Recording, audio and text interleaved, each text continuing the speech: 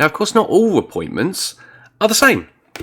And for that end, you may want to have different wording reflecting that in the reminders that you send. And for that, we're heading our way back into our settings pages on the left-hand side. From within here, we're going to our settings tab on the left, and we're going to change my message templates.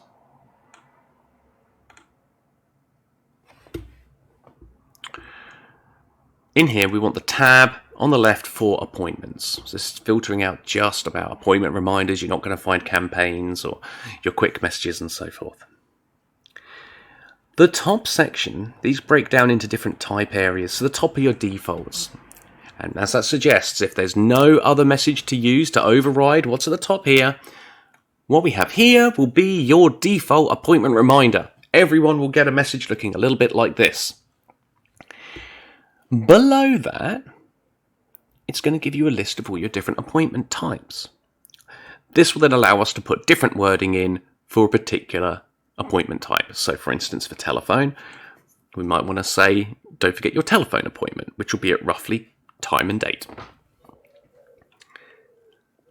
Now for any of these, if we start at the top with our base appointment reminder, we can click on the little icons here. We can see a text version of the message, a message if you've got email on your MJOG system, and the message that would go out to users of MJOG app.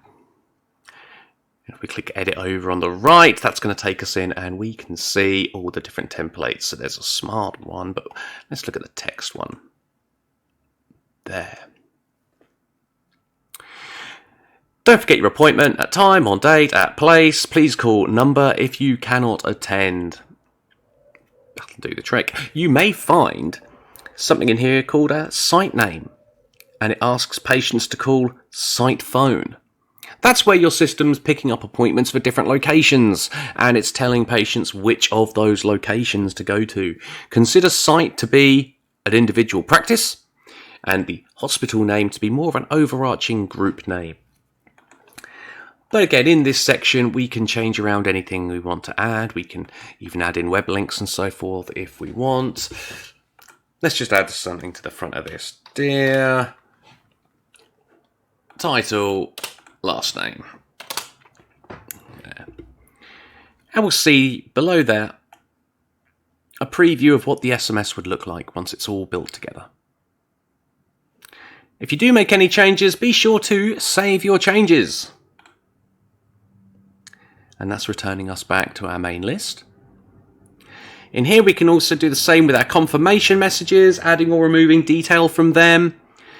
And of course, if we want to have a different wording for our appointments at the parish hall, for instance, we can absolutely do that. We have to build it from scratch, but we can absolutely do that. We're going to edit this template, and we're in text. So, dear title, last name, don't forget your appointment at the parish hall on day, number of month,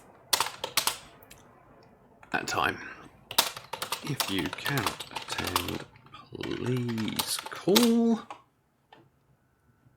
contact number. With that in place, I'm going to save changes here.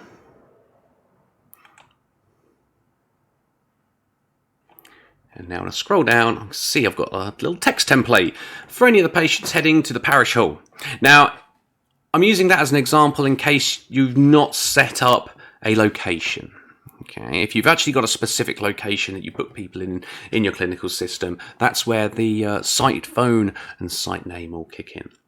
But again, we can repeat that for our telephone appointments, for any extra wording we want there, if we want different wording for nurse appointments, COVID checks, that kind of affair, whatever it happens to be.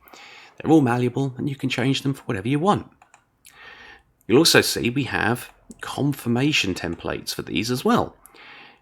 And so, very similar to what we have with our appointment reminders, there's a confirmation message that can go up to a week ahead, and then the reminder for the day before, we can specify different templates for both of those.